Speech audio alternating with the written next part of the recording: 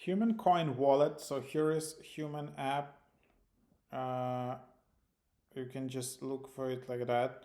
Human app, and then you can, when you open it up, basically you need an invite to get in, and when you get an invite, you have a wallet in here. So this is your wallet, Human Coin Wallet. You get in 20 human coins just for signing up.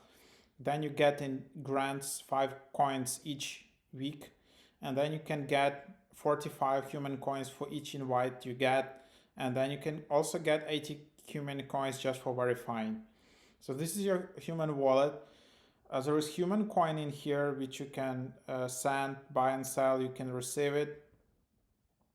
Then there are digital dollars where you can just basically top up with your card. It's a one-to-one US dollar, but in digital format available inside Human Afro-Cube transfers. So this is USDC basically on Solana.